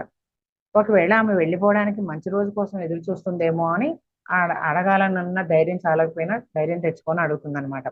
నక్షత్రాలు నాతో ప్రేమ భాషలో మాట్లాడతాయి. అవి నిరంతరం ప్రేమను ప్రసరిస్తూ మనకు సందేశాలు పంపుతూ ఉంటాయి. నీ ఆలోచన సరైనదే. అవి నాకు వెళ్ళిపోవడానికి సరైన సమయాన్ని సూచిస్తాయి. మాత అనేసి కొంచెం స్వరం వణుకుతుండగా మాత అని పిలుస్తుంది అనమాట. నా ఆలోచనలు చదువుతూ మాత ఇలా బదిలిచ్చింది. లేదు సోమ, నువ్వు నాతో రావు. నీ అవసరం ఇంకా ఇక్కడ ఉంది. లవకుశులు నీ సాన్నిధ్యంలోనే హాయిగా ఉండగలరు. ఇంతవరకు వారు మందిరంలో గాని తమ తండ్రి వద్ద గాని లేరు. కొంతకాలం పాటు నువ్వే వారితో నా బంధానివి. అయోధ్య మొత్తానికి మాతో ఉండే సమయం కొంచెమే ఉన్నట్లు తెలిసింది. ఒక్క క్షణం ఆమెను చూసి వెళ్దామని అందరూ రాసాగారట. ఆమెకు ఇది ఇబ్బందికరంగా ఉన్న అందరినీ ఆహ్వానిస్తూనే ఉందంట. ఒకానొక రోజు ఉదయం ఆమె నాతో, నేను మరొకసారి అయోధ్యను చూడాలి, ఆ వీధులలో నడవాలి, అది ఎంత పెద్దదో చూడాలి. అసలు ఎప్పుడూ అయోధ్యను చూడలేదు కదా సీతామాత, అది ఎంత కిటకిటలాడుతుందో తెలుసుకోవాలి అందంట. మాత నేను హనుమంతుడితో ఏర్పాటు చేయమని చెప్తాను అని చెప్తుంది అనమాట సోమ. ఆమె సరే అంది. కానీ మా ఇద్దరికి అది జరిగే పని కాదని తెలుసు. ఏంటంటే అంత పెద్దదనమాట ఆ రాజ్యం. ఆమె బలహీనంగా మారిపోయింది. అంత దీర్ఘ ప్రయాణాన్ని తట్టుకోలేదు.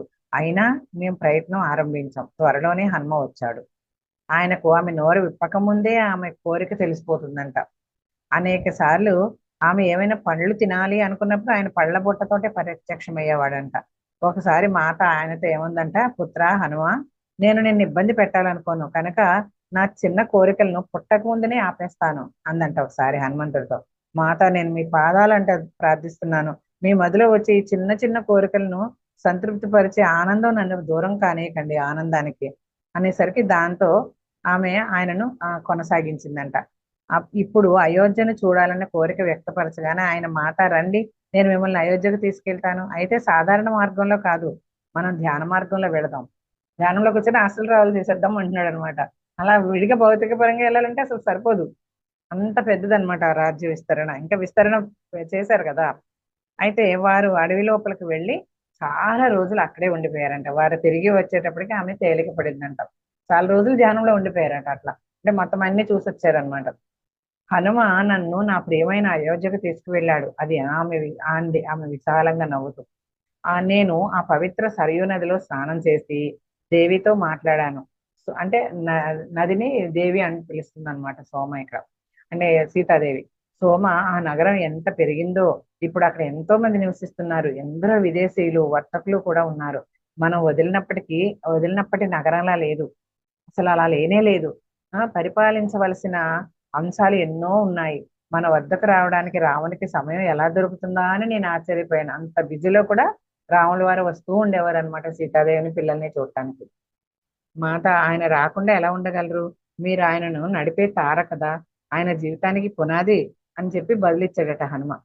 మిమ్మల్ని వదిలి ఉండడం ఆయనకు ఎంత కష్టమో నాకు తెలుసని హనుమంతుడు చెప్తాడనమాట. ఇదంతా మా కష్టాలు, విడిపోవడాలు, కాలంతో పాటు వచ్చిన మార్పులు, జీవితంలో తీరిక లేని తనాల వల్ల మా మధ్య ప్రేమ కొంచెం కూడా తరగలేదు. ఎన్ని మార్పులు జరిగినా ఇలాంటివన్నీ, మా ప్రేమ మాత్రం కొంచెం కూడా మార్పు జరగలేదు మా ప్రేమలో.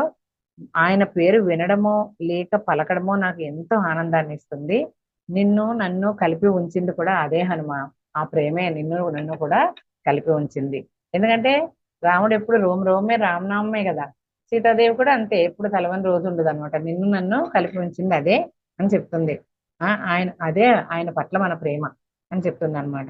ఆమె ఈ మాటలు అనగానే హనుమ కళ్ళల్లో నీళ్లు తిరిగాయంట. ఆయన మాట నాకు ఆయన పట్ల మీ పట్ల ఉన్న ప్రేమ ఒక్కటే. మీ ఇద్దరి మధ్య నాకు ఏ బంధము భేదము లేదు. నేను ఈ భూమి మీద ఉన్నంత వరకు శ్రీరాముడు సీతామాతల ఏకత్వాన్ని చాటి చెప్తాను అని అంటాడనమాట. నువ్వు ఈ భూమిపై చిరకాలము నడయాడతావు అన్నదంట మాట.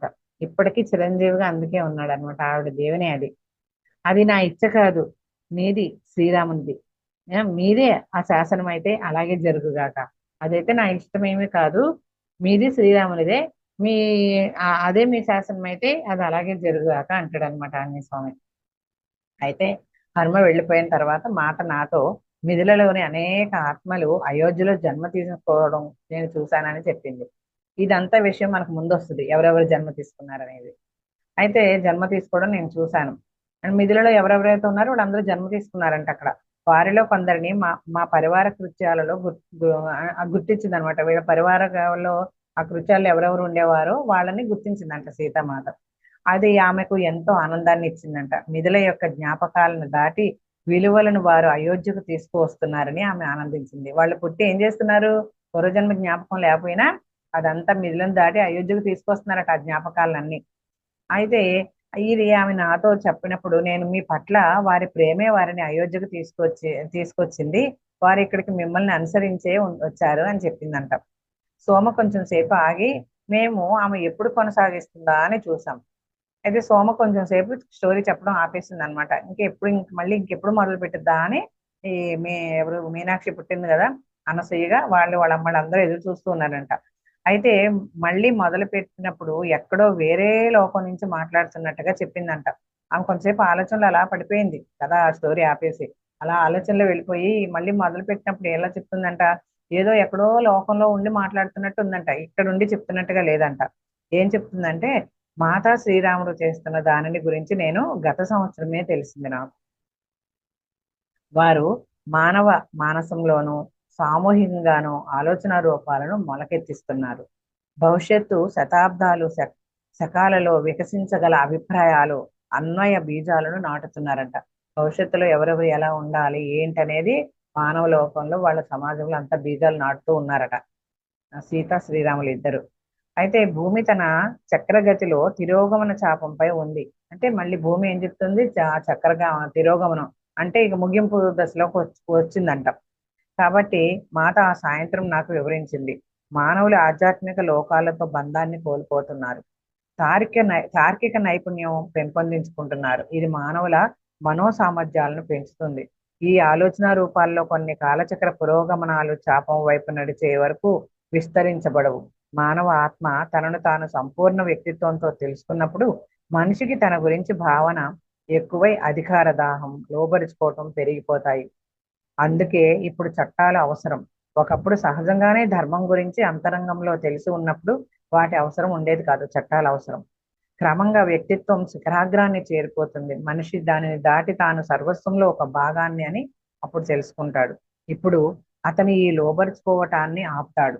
ఎప్పుడైతే తెలుసుకుంటాడో అప్పుడే ఈ లోబరుచుకోవడాన్ని ఆపుతాడట మనిషి. దానికి చాలా కాలం పడుతుంది. మన కాలచక్రాలకు వ్యతిరేకతగా వెళ్ళలేము. వాటిని వాటికి తమ స్వీయ లయబద్ధత ఉంది. కాలచక్రానికి వాటి స్వీయ అంటే సహజమైన ఇది ఉందంట వాళ్ళకి, లయబద్ధత అనేది. కాలచక్రాలకి కాలం ఉన్న తలంలో ఉన్నప్పుడు చాలా సహనం, ఈ కాలము ఉన్న తలంలో ఉన్నప్పుడు చాలా సహనం అవసరం అంట. ఇప్పుడు అదే జరగబోతుందని ప్రతిసారి చెప్పకనే మనందరికి చెప్తున్నారు. ఇలాంటప్పుడే సహనం అవసరం అని చెప్తున్నారు. అది మన పెరుగుడు మాస్టర్లకే తెలుసు ఆ మాట ఎందుకన్నారు, ఆ సహనం ఎందుకనేది. కాబట్టి సోమ కాసేపు మౌనంగా ఉండి ఆ తర్వాత తన పరిచితమైన స్వరంతో మాట్లాడింది. అంటే ఇప్పుడు దాకా ఏదో లోకంలో ఉన్నట్లు మాట్లాడింది, ఇప్పుడు తన సొంత స్వరంతో మాట్లాడుతుందంట. ఇప్పుడు ఏం చెప్తుందంట, పార్వతీ మహాదేవుల దర్శనం తర్వాత మాత ఎక్కువగా అంతర్ముఖమై పిల్లలకు తప్ప మిగిలిన వారికి అందుబాటులో ఉంది. పిల్లలకే కొంచెం దూరంగా ఉందన్నమాట. ఆమె వారి సాన్నిధ్యంలో ఉన్నప్పుడు పూర్తి శ్రద్ధతో ఆమె జీవితంలోని ప్రతి విషయం గురించి ఎంతో శ్రద్ధతో ఉండేది. కానీ ఆమె ఎక్కువ సమయాన్ని ఒంటరిగా గడుపుతూ తరచూ గంటల తరబడి మౌనంలోకి వెళ్ళేది. మహాదేవుడు తనకు ఒక గొప్ప వరాన్ని ఇచ్చాడని, తాను బయట పనులన్నీ చేసుకుంటూ ఉండగానే లోపల పార్వతీమాతతో సంబంధం కలిగి ఉండడమే ఆ వరమని చెప్పేదట సోమతోటి. ఇవన్నీ సోమతోటి చెప్పేదన్నమాట సీతాదేవి. లోపల ఎప్పుడు పార్వతీదేవితోనే ఉందట. ఆమె ఎన్ని పనులు చేసుకున్నా కూడా మహాదేవుడు ఆ వరం ఇచ్చాడు. ఇవన్నీ కూడా స్వామితో చెప్తుంది. మా మాత నాతో చెప్పినవి అనేక విషయాలు కూడా ఉన్నాయని నా అనుమానం. ఇంకా చెప్పనివి ఎన్నో ఉన్నాయంట. సోమకి అనుమానం అంట అట్లా. మాత అంతరంలో కొత్త శక్తిని సంపాదించి ఉండవచ్చు, కానీ భౌతికంగా ఆమె జీవశక్తిని కోల్పోతుంది. అంతరంలో ఎంతో శక్తివంతంగా ఉంటాం, మన పెరుగు మనుషులకే సాధ్యం అది. కానీ భౌతిక పరంగా మాత్రం వీక్ అవుతూనే ఉంటాం. ఒక రమణ మహర్షి చూడండి, పత్రిసారి చూడండి, మరి యోగులు ఎవరైనా అంతే కదా. అదే అన్నమాట, మాతకు మన మనసులోని ప్రతికూల ఆలోచనలు అన్ని తుడిచిపెట్టే శక్తి ఉంది. మన మనసులో ఏమైతే చేయకూడని ఆలోచనలు, ప్రతికూల ఆలోచన అంటే సరికాని ఆలోచనలు ఏమున్నాయో అవన్నీ తుడిచిపెట్టే శక్తి కూడా మాతకు ఉందంట. దాంతో నేను క్రమంగా ఆమె వెళ్ళిపోతుందన్న భయాన్ని కోల్పోయాను. ఎందుకంటే ఈమె అనవసరంగా భయపడుతుందని ఆలోచనని తుడిచేస్తూ ఉందట మాత లోపల నుంచి కూడా.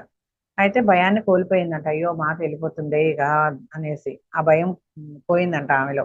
నిజం చెప్పాలంటే తర్వాత కొన్ని నెలలు దాని గురించి నేను ఆలోచించనే లేదు. కానీ కొన్ని మార్పులు గమనించాను. ఆమె అడవిలో నడుస్తున్నప్పుడు ఒక వృక్షం ముందో లేదా జంతువు ముందో నిలబడి వాటి వైపు ఎంతో సన్నిహితంగా శ్రద్ధ చూపిస్తున్నట్లుగా ఉండేదట సీతామాత.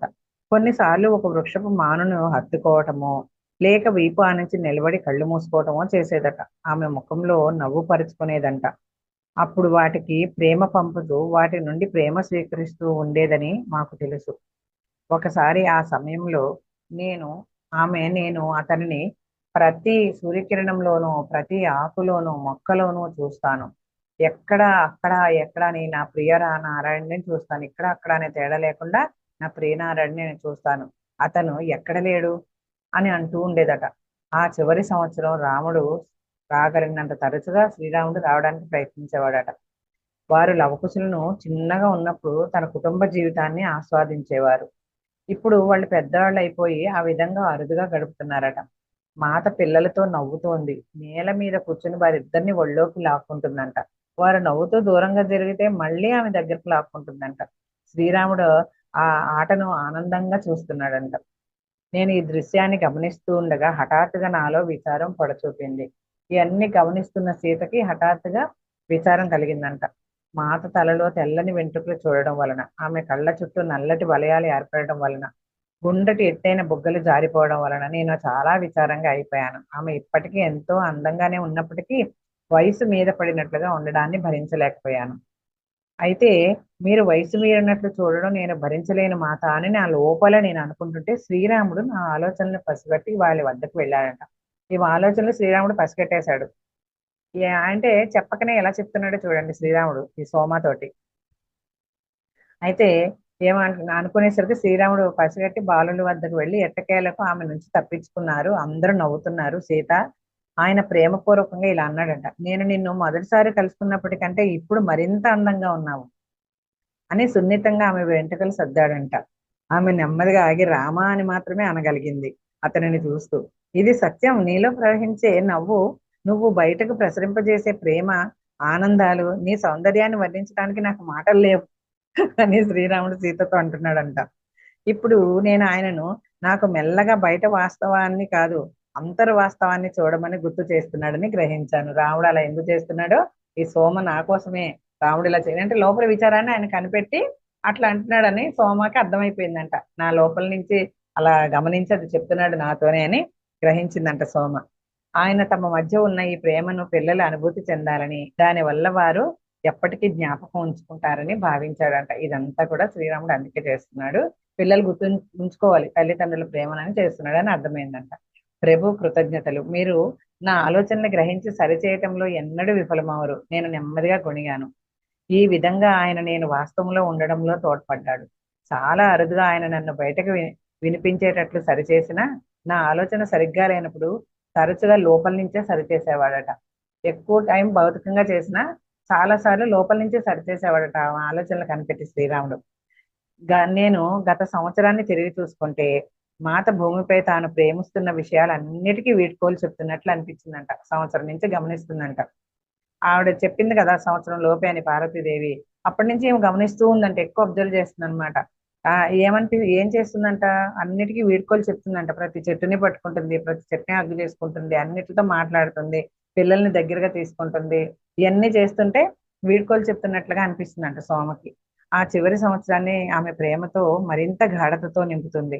పిల్లల విషయంలోనూ అంతే. తరచుగా వారితో ఆడుకోవడంతో పాటు వారితో గంభీరమైన చర్చల్లో పాల్గొనేది. వారి మానసిక ఉద్వేగిక అభివృద్ధి కోసం ప్రతి క్షణాన్ని వినియోగించేది. అంతేకాక తాను ముఖ్యమైనవి అని భావించే విషయాలను వారికి చెప్తూ ఉండేదట. ఒక్క క్షణం కూడా వృధా చేయలేదు, కోల్పోలేదంట. ఆ విధంగా నెలలు గడిచాయంట. ఆమె ఆనందం ఎప్పటిలాగానే ఉరకలు వేస్తూనే ఉంది. ఆమె ఆనందానికి ఆటంకం కలిగించే ఏ విషయమూ ఆలోచించే సాహసం చేయలేదు. శ్రీరాముడు వచ్చినప్పుడు వారు తరచుగా అడవిలోకి నడుచుకుంటూ వెళ్ళేవారట. మొట్టమొదటిసారిగా వారు నడుస్తుండగా ఆయన చేతిని పట్టుకోవడం చూశాను. ఎన్నోసార్లు నడుస్తూ వెళ్ళారు. కానీ ఫస్ట్ సీతాదేవి రాముడి చేయి పట్టుకోవడం సోమ గమనించిందంట. మొట్టమొదటిసారి చూశాను నేను సీతాదేవి స్వయంగా రాముడి చేతిని పట్టుకోవడం. ఆమె భౌతిక శరీరం బలహీన పడుతుందన్న సూచన నా మనసులో మెదిలింది, కానీ నేను వెంటనే అది కాదు, ఆమె ఆప్యాయతతోనే అతన్ని చుట్టుకుంది, ఆయన పట్టుకుంది అని అనుకుందంట. పార్వతీమాత మహాదేవుడు వచ్చిన ఆ అసాధారణ సందర్భం జరిగిన సంవత్సరం పూర్తి కాబోతుంది. వాళ్ళు వచ్చి వెళ్ళింది సంవత్సరం కాబోతూనే ఉందంట. కానీ మా పరిస్థితిలో మార్పు గమనించిన సూచన మాత్రం ఏమీ లేదు.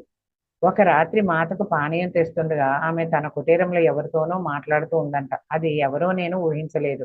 అయితే అది ఒక పురుష స్వరంగా తెలిసింది, కానీ శ్రీరామునిది కాదు. ఆమె ఆ పానీయం తాగకుండా నిద్రించదంట. కనుక చాలాసేపు ఎదురు చూసిన తర్వాత తలుపు కొడదామని నిశ్చయించుకున్నాను. రాసోమా, నేను తలుపు తీసుకొని వెళ్ళి జనక మహారాజును ఆమె ముందు నిలబడి ఉండడాన్ని చూసి నిర్ఘాతపోయానంట. అయితే తలుపు కొడదాం, ఎవరో పురుష స్వరం వినపడుతుంది. ఎవరో తలుపు తలుపు కొడదాం అనుకునేసరికి రాసోమా అని వినపడిందంట. తలుపు తీసుకొని వెళ్ళేసరికి అక్కడ జనక మహారాజు సీత ముందు నుంచొని ఉండడం చూసి నిర్ఘాతపోయిందంట. ఉద్వేగం ఉప్పొంగగా నా చేతిలోని పాత్ర జారిపోయింది. ఆ పానీయం నేలంతా పరుచుకుంది. ముందుగా నేను స్థాణువు అయిపోయాను, కదలలేకపోయాను. తర్వాత నా కాళ్ళు ఆయన వద్దకు నడిపించగా నేను ఆయన పాదాల మీద మోకరిల్లి నా నుదుటిని ఆంచి కన్నీటితో ఆయన పాదాలు కడిగాను. నిధులను వదిలిన నాటి నుంచి ఆయన కోసం చూసిన ఎదురుచూపంతా కన్నీరై ప్రవహించిందంట సోమకి. ప్రభు అంటూ ఏడ్చేశాను. ఆయన ఆశీర్వదిస్తున్నట్లుగా తన చేతిని నా తలపై ఉంచారు. ఆ తర్వాత నన్ను లేపుతూ, నేను నీకెంతో రుణపడి ఉన్నాను సోమ. సీతను ఇన్ని సంవత్సరాలుగా ఎంతో జాగ్రత్తగా చూశావు. నీ భక్తిని చెక్కు చెదరనీయలేదు అని తలపైకెత్తి కళ్ళు తుడుచుకుంటూ తల అడ్డంగా ఊపిందంట సోమ. ప్రభు, మీరు ఆమెకు సేవ చేయగలిగిన గొప్ప అదృష్టాన్ని నాకు ప్రసాదించారు. తర్వాత నేను పాదు చేసిన నేలను అదంతా ఒలిగింది కదా, నేల పాడైపోయింది కదా, నేను తుడుద్దామని చెప్పి సాలువాతో తొడవపోయిందంట. అయితే ఒలిగిపోయింది కదా సీతాదేవికి ఇవ్వాలనుకున్న పానీయం. అయితే దాన్ని వదిలే సోమ, మన తండ్రి గారికి త్వరగా భోజనం సిద్ధం చేద్దాం అని చెప్పి సీత చెప్తుంది అనమాట. నేను వారిని వదిలి ఆహారం తయారు చేయడానికి వంటశాల వైపు వెళ్ళాను. కొంచెం సేపటికి మాత కూడా వచ్చిందంట. నేను ఆమెను, మాట, ఆయన ఆ విధంగా మనల్ని చూడడానికి ఎందుకు వచ్చారు? ఆమె సుదూరంగా చూసిందంట. కాసేపు అట్లాగా ఎక్కడో చూపులు చూస్తూ ఉంటుంది కదా ఒక శూన్యంలోకి. నేను యువతిగా ఉన్నప్పుడు అడవిలోకి వెళ్ళి గాఢ ధ్యాన స్థితిలో భౌతిక శరీరంలోకి దాదాపు రాలేని స్థితిలో ఉండడం నీకు గుర్తుందా అంటే అవును అన్నట్టుగా తలవుతుంది సోమ. నేను ఆ రోజు ఎన్నటికీ మర్చిపోలేని మాట. శ్రీరాముడు మిమ్మల్ని వెనక్కు తీసుకొచ్చారు కదా, ఎప్పటికీ మీరు ఇంకా కలవకపోయినా అప్పుడే మీరు ఆయనతో భవిష్యత్తుని చూశారు. మీరు అప్పటికి ఇంకా రాముడి వారిని కలవకపోయినా అప్పుడే మీరు భవిష్యత్తు చూసేశారు. అవును కదా అని చెప్పి తలూపి గుర్తు చేసుకుంటూ మాట్లాడుతుంది అనమాట. మాట నవ్వి, అవును. అప్పుడు నేను తండ్రి గారికి ఒక వాగ్దానం చేశాను. ఆయన అనుమతి లేకుండా నేను ఈ శరీరం వదలనని. నీకు గుర్తుందా అనేసరికి మళ్ళీ తలూపుతుందంట. ఆయన మాట పూర్తి చేయడంలో తోడ్పడడానికే వచ్చారు. ఇప్పుడు నేను ఆయనకి ఇచ్చిన మాటను ఆయన పూర్తి చేయడానికే తోడ్పడటానికే వచ్చారు, నాకు ఆ సాయం చేయడానికి అందనమాట. అది మామూలుగా తండ్రి గారు గతాన్ని భవిష్యత్తుని చూడగలరు అంటే ఇదంతా చెప్తుంది అనమాట. ఇదంతా అప్పుడు నేను ఒక విషయం తండ్రి గారికి మాట ఇచ్చాను, నీకు గుర్తుందా, మీ అనుమతి లేకుండా నేను ఈ శరీరాన్ని వదిలిపెట్టని, ఆ విషయంలో నాకు తోడ్పడటానికి వచ్చారని చెప్తుంది అనమాట. అయితే మామూలుగా తండ్రి గారు గతాన్ని భవిష్యత్తుని చూడగలరు అని చెప్తుంది. చెప్పి ఏమంటుందంటే ఆయన దృష్టి నుంచి ఏది తప్పించుకోలేదు అని, మళ్ళీ వర్తమానం అంటే ఇదంతా ఎటో చూస్తూ చెప్తుంది. తర్వాత వర్తమానంలోకి వచ్చినట్లుగా ఆమె వంట పాత్రలు తీసుకొని, ఇప్పుడు మనం ఒక అద్భుతమైన ఆహారం సిద్ధం చేద్దాం. ఆయన ఇన్ని సంవత్సరాలుగా నా చేతి వంటను కోల్పోయారని చెప్పి మాటలను తెలుసుకోవటం కానీ లేక ఆయన దర్శనం నాకు అర్థం తెలుసుకోవటం కానీ నేను ఏంటో చేయలేకపోయాను. అదేమో అర్థం కావట్లేదంట, అర్థం చేసుకోలేకపోయిందంట ఎందుకనేది. ఆమె ఎన్నో సంకేతాలు ఇచ్చినా ఉన్నదాన్ని నేను చూడాలని అనుకోవడం లేదు. ఆమె నేను ఎక్కువగా గ్రహించకుండా చేసింది అని అనుకున్నాను. ఆ సీతాదేవి అలాగా తను ఎక్కువ గ్రహించకుండా చేసింది అనుకుందంట. మిగిలిన సాయంత్రం అంతా తండ్రి కూతుళ్ళ మధ్య ఆప్యాయత వ్యక్తీకరణతోనే గడిచింది. నేను ఆయనకు పడక సిద్ధం చేయనా అని అడగగా జనక మహారాజు కొంచెం సేపట్లో వెళ్ళిపోతాను అని అన్నారంట. నేను యువతలకు వచ్చాను. తర్వాత ఏం జరిగిందో నాకు తెలియదు. అయితే ఆయన వచ్చినంత అద్భుతంగానే వెళ్ళారని అనుకున్నాను. ఉదయం నేను లేచేసరికి ఆయన లేకపోవడం వల్ల అని చెప్పి ఇంతవరకు చెప్పింది సోమ. ఇంకా చెప్తూనే ఉంది. కొన్ని వారాల తర్వాత ఏమి ఒక అసాధారణమైన సంఘటన జరిగింది. అది మనంత స్త్రీలందరికీ చాలా చాలా ముఖ్యమైన ఘటన. నేను అడగబోయే ప్రశ్న ఇప్పుడు ఉంటది, కానీ ఇది ఇవాళ అవ్వట్లేదు. రేపు పొద్దున్న కలుసుకుందాం మళ్ళీ. అదేంటో రేపు తెలుసుకుందాం.